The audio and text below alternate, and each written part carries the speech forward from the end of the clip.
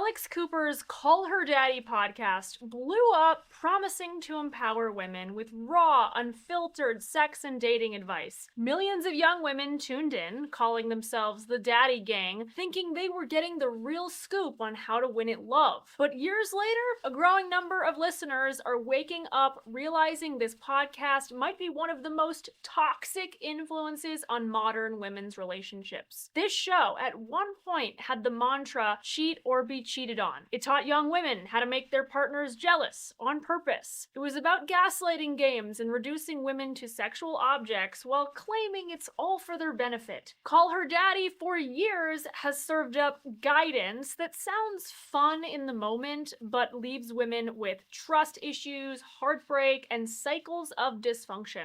We're here to teach you how to cheat or how to catch a cheater. See, we play both sides on Call Her Daddy. And after years of feeding women this trash, telling them hookup culture forever and just exploit men the same way that we think that they exploit us, don't get married, it's a trap, Alex Cooper got married very discreetly, betrays her fans with this massive contradiction, and now that husband she married, her co-CEO of the Unwell network under which Call Her Daddy lives, is being accused of berating staffers and threatening their careers. The New York Post writes, Cooper, host of the hit Call Her Daddy podcast, and her husband, Hollywood exec Matt Kaplan, have reportedly been slammed with staff turnover and internal turmoil at their Unwell media company. The hubby has developed a reputation inside the company for yelling at employees as he oversees day-to-day operations, people familiar with the brand told Bloomberg News. Call Her Daddy's misandrist operation is losing credibility quickly, and it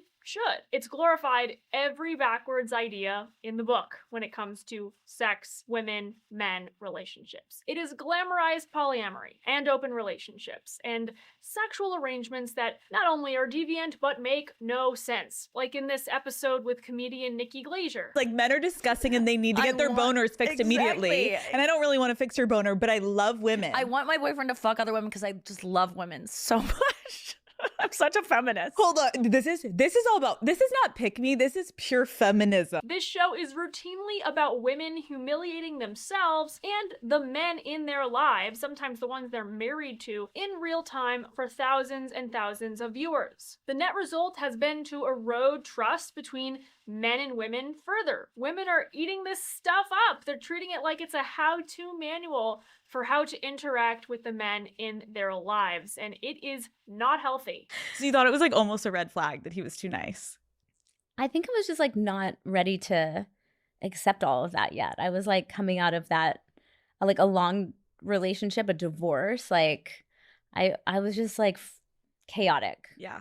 I think I needed some chaos first. Yes. Meeting a nice guy that's actually going to treat you well. You're like, wait, can you pause for 2 seconds? Yeah. Let me get I'll my be shit back. together and I'll come back. Yeah. That's actress Hilary Duff basically telling young women that the bad guy is better. The good, virtuous guy who she basically says she settled for, who cares about his family and you. That's boring. Where's the thrill in that? This is the worst advice that young women could hear. In a nutshell, Call Her Daddy tells women to seek out the short-term wins of attention, jealousy, casual fun, a roller coaster ride of emotional highs and lows, and it downplays long-term happiness, secure attachment, and mutual growth between both the man and the woman. Because those things don't sell, I'm afraid. Not as provocative. No woman watching this is going to feel more uplifted. They're going to feel anxious, cynical about men, and disconnected from their own intuition. It's poison. And even as Alex Cooper's show evolves a little bit towards deeper, more thoughtful interviews with big celebrities after a rebrand a couple years ago when she split off from Barstool Sports, her product is still about feeding the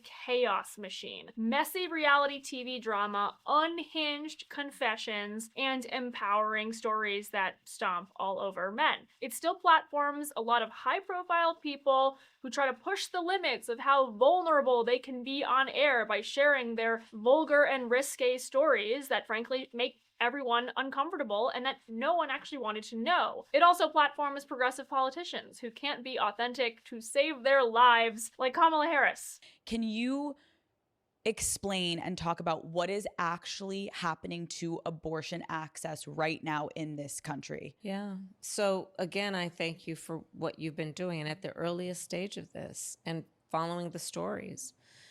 So, on public policy, I often tell my team, look, I don't want to hear about public policy is a fancy kind of speech or paper.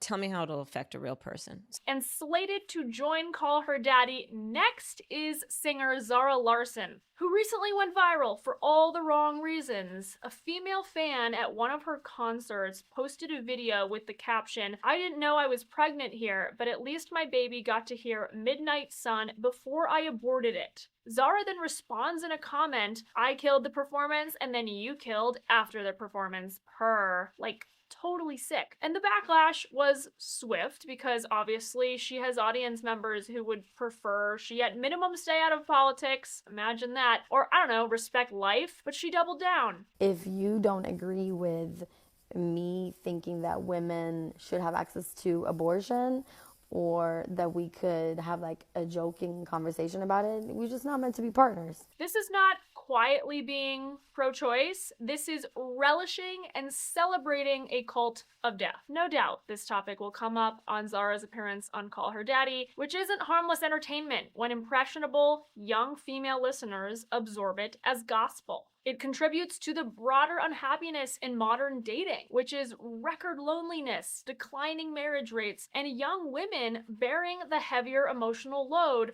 from this casual hookup culture.